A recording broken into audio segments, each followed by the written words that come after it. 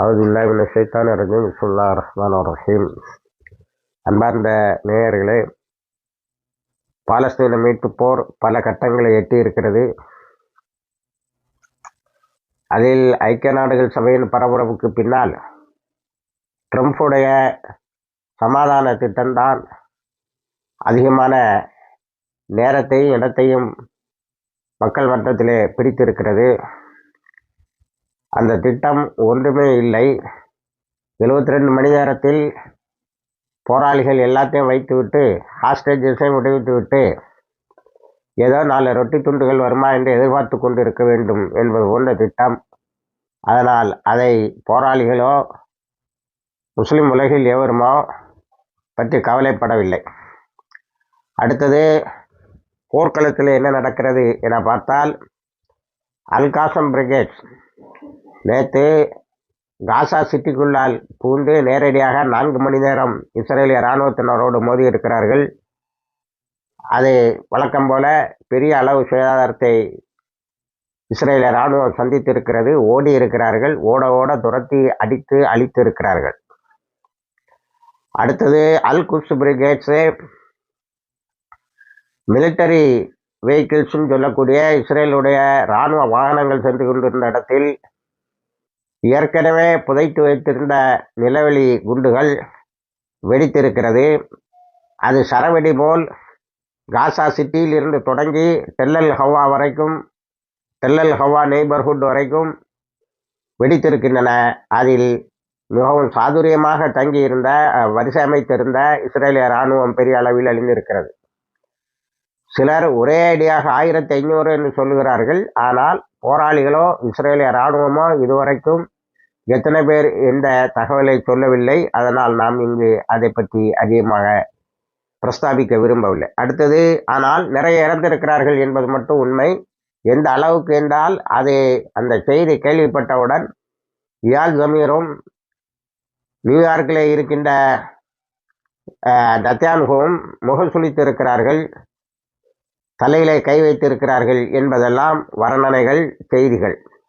அடுத்தது அல்-குட்ஸ் brigades special force என்றொன்றை உருவாக்கி இருக்கிறார்கள்.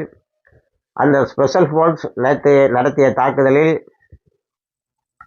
ஹியூமர் என்ற ஜீப் தலைகீழாக கவிழ்ந்து எரிந்திருக்கிறது. இருந்த இஸ்ரேலிய இராணுவத்தினர் அழிந்திருக்கிறார்கள். நாம் எப்படி குறைவாக மதிப்பிட்டாலும் 300 400 வரைக்கும் உள்ள இஸ்ரேலிய இராணுவத்தினர் அழிக்கப்பட்டும் காயப்பட்டும் இருப்பார்கள் என்பதுதான் உண்மை. அடுத்தது ரூஃப் டாப் அட்டாக் என்றொன்றை தொடங்கி இருக்கிறார்கள். அதாவது மிக உயரமான கட்டடங்களில் இடிபடாமல் இருக்கின்ற கட்டடங்களில் மேலே ஏறி நின்று கொண்டு போராளிகள் எங்கே இருக்கிறார்கள் என்று கவனித்து கொண்டிருந்தவர்களை சுட்டு வீழ்த்தி இருக்கிறார்கள். அதற்கு ரூஃப் டாப் அட்டாக் என்று பெயர் வைத்திருக்கிறார்கள். அடுத்தது அபு அலி முஸ்தபா பிரிகேட்ஸு சுஜையா பகுதியில் ஒரு பெரிய தாக்குதலை நடத்தி இருக்கிறார்கள். ஆக போராளிகள் இந்த ஹைப்பை இருக்கிறது பாருங்கள். அதாவது வருகிறார்கள் காசா சிட்டிக்கு வருகிறார்கள் என்று இதை பக்குவமாக திட்டமிட்டு நீண்ட காலத்துக்கு திட்டமிட்டு திரும்பும் திசையெல்லாம் தாக்குகிறார்கள் என்பதுதான்.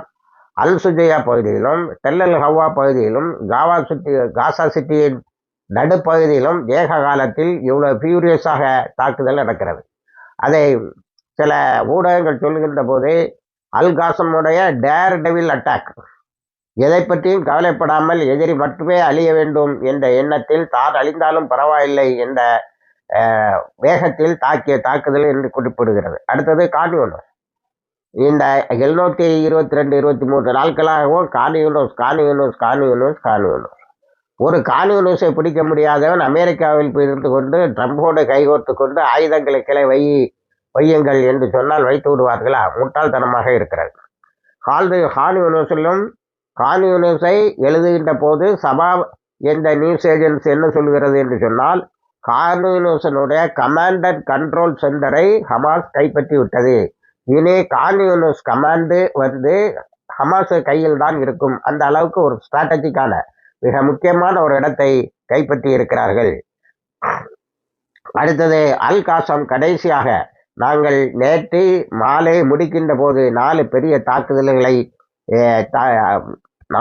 தாக்குதல்களோடு நடத்தினோம். ஆனால் ஹெலிகாப்டர்கள் கூட வந்து பிணங்களை புறக்க முடியாத அளவுக்கு எங்களுடைய போராளிகள் குழுக்கள் சுற்றி சுற்றி தாக்கின என்று சொல்லுகிறார்கள். இதில் இன்னொரு செய்தி என்னவென்று சொன்னால், அந்த காசா சிட்டிக்குள்ளால் 9 லட்சம் மக்கள் இருக்க வேண்டும் என்ற கணக்கு. ஆனால் இப்பொழுது 5 லட்சம் பேர் தான் இருக்கிறார்கள். அது 8 ஸ்கொயர் கிலோமீட்டருக்குள்ளால் வாழ்கிறார்கள் என்று சொல்லுகிறார்கள்.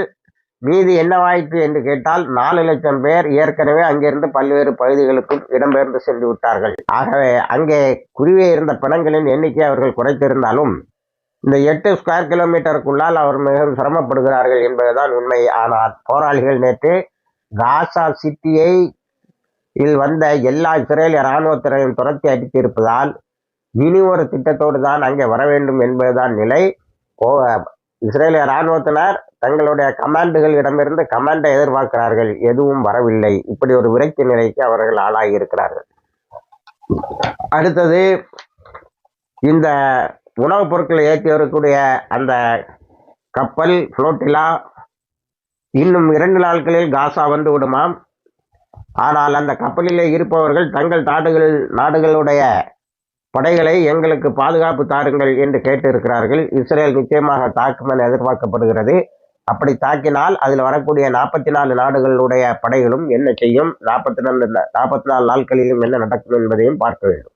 மேற்கரைக்கு நாம் வருவோம் என்று சொன்னால், அங்கே சிலாத் அல்-தார் டவுன் இன் ஜெனின், அதாவது ஜெனின் பட்டாலியன் ஆஃப் அல்குட்ஸுடைய ஜெனின் பட்டாலியன் நேற்று 11 தாக்குதல்களை நடத்தியிருக்கிறார்கள். அதில் பல இஸ்ரேலிய இராணுவத்தினர் அழிக்கப்பட்டு இருக்கிறார்கள். அடுத்தது, pre plant explosion on the path of இஸ்ரேலிய ஆர்மி அங்கே ரெய்டுகளை சோதனைகளை நடத்த வருகின்ற போது அவர்கள் வருகின்ற வழியிலே குண்டுகளை வைத்து அழித்திருக்கிறார்கள். அதோடு இந்த ஹூத்திஸ்க்கு வருவோம் என்று சொன்னால், ஹூத்திஸ் நேற்று 128வது நாட்டிக்கல் மைலில் வைத்து, நாட்டிக்கல் மைல்ஸ் என்று சொல்லக்கூடிய கல்ஃப் ஆஃப் ஏடனில் வைத்து ஒரு கப்பலை தாக்கியிருக்கிறார்கள். அது அயர்லாந்து கொடியோடு வந்திருக்கிறது. டச்சு நாட்டு கப்பல். ஆனால் எண்ணெய் அது ஏற்றி வந்த பொருட்கள் இஸ்ரேலுக்கு என்பதை அடையாளம் கண்டவுடன் அடித்திருக்கிறார்கள். அந்த கப்பல் இதுவரைக்கும் எதுவும் சேதாரம் இல்லை. ஆனால் கப்பல் பெரும்பாலும் மீட்கப்பட முடியாத அளவுக்கு கவிழ்ந்து விடும் என்று சொல்லுகிறார்கள். ஆக நேற்று அது ஒரு பெரிய தாக்குதல் நடத்தி இருக்கிறார்கள். அதற்கு பிறகு பென்குரியன் ஏர்போர்ட் மீது தாக்குதல் நடத்தியிருக்கிறார்கள். எஃபா, அடுத்தது டெல் அவீவ், இவற்றின் மீதும் பயங்கரமான தாக்குதலை நடத்தியிருக்கிறார்கள். அதில் அவங்க ஹூத்திஸுடைய தாக்குதலுடைய மிகப்பெரிய சாதனை என்னவென்று சொன்னால், இந்த மேற்கு கரையில் சில பகுதிகளில் நடந்து கொண்டிருந்த கட்டுமானங்கள் நிறுத்தி வைக்கப்பட்டிருக்கிறது. தொடர்ந்து தாக்குதல் நடந்து கொண்டு இருப்பதால் இஸ்ரேல் ஆக்கிரமித்து அந்த இடங்களில் கட்டடங்களை போட்டு கொண்டு இருந்தது இப்பொழுது நிறுத்தப்பட்டு இருக்கிறது. அந்த அளவுக்கு அவர்கள் ஓரளவுக்கு அந்த காலனைசேஷனை மிகப்பெரிய அளவில் தடுத்து இருக்கிறார்கள் என்றுதான் சொல்ல வேண்டும். அடுத்தது, கல்ஃப் ஆஃப் ஏடனில் இன்னொரு அறிக்கையையும் அவர்கள் கொடுத்திருக்கிறார்கள். இது போன்ற கப்பல்கள் எது வந்தாலும் அது இஸ்ரேலுக்கு செல்லுமானால் நாங்கள் அதில் என்ன இருக்கிறது என்பதை பார்க்காமல் தாக்குவோம். இனிமேல் யாரும் அந்த மாதிரி முயற்சிகளை எடுக்க வேண்டாம் என்று. இதனால் பிரிட்டிஷ் மேரிடைம் ட்ரேட் ஆர்கனைசேஷன் எல்லா கப்பல்களையும் நாங்கள் ரீரூட் பண்ணிவிட்டோம். அங்கிருந்து, அதாவது இனி செங்கடல், கல்ஃப் ஆஃப் ஏடன் இவற்றோடு போகாமல் சுற்றி வளைத்து போகின்ற பகுதிகளைத்தான் கண்டுபிடிக்கிறோம். அதுவும் கார்கோ, ஆயுதங்களோ அல்லது எண்ணெயோ இது போன்ற பொருட்களை ஏற்றி செல்லாது என்று சொல்லியிருக்கிறார்கள். ஆனால் இதெல்லாம் ஒரு பம்மாத்தாகத்தான் தெரிகிறது. இந்த ஐரோப்பிய நாடுகள் ஒரு பக்கம் தனி பாலஸ்தீனம் என்று சொன்னாலும், இன்னொரு பக்கம் இஸ்ரேலுக்கு ஆயுதங்களையும் அதற்கு தேவைப்படுகின்ற இதர தட்டுமுட்டு சாமான்களையும் அனுப்பி கொண்டே தான் இருக்கிறது என்பது நேற்று ஹூத்திஸுடைய தாக்குதலில் மிக பெரிதாக தெரிந்துவிட்டது. ஆக ஹூத்திஸ் தொடர்ந்து தங்களுடைய தாக்குதலை நடத்தி கொண்டு இருப்பதன் மூலம் இஸ்ரேலுக்கு மிகப்பெரிய நெருக்கடியை கொடுத்திருக்கிறார்கள். நேற்றும் பல நகரங்களில் பதுங்கு குழிக்கு சென்றிருக்கிறார்கள். பெத்லஹேம், ஜெருசலம் ஆகிய இடங்களையும் நேற்று தாக்கி இருக்கிறது ஹூத்திஸ். இதனால் நாங்கள் சேதாரம் இல்லை, எல்லாத்தையும் தடுத்து விட்டோம், ஆனால் எல்லா இடமும் மக்கள் பதுங்கு குழியை நோக்கி பாய வேண்டியது இருந்தது என்று இஸ்ரேல் அறிக்கை விட்டிருக்கிறது. இப்படி இந்த யுத்தம் தொடர்ந்து கொண்டு இருக்கிறது.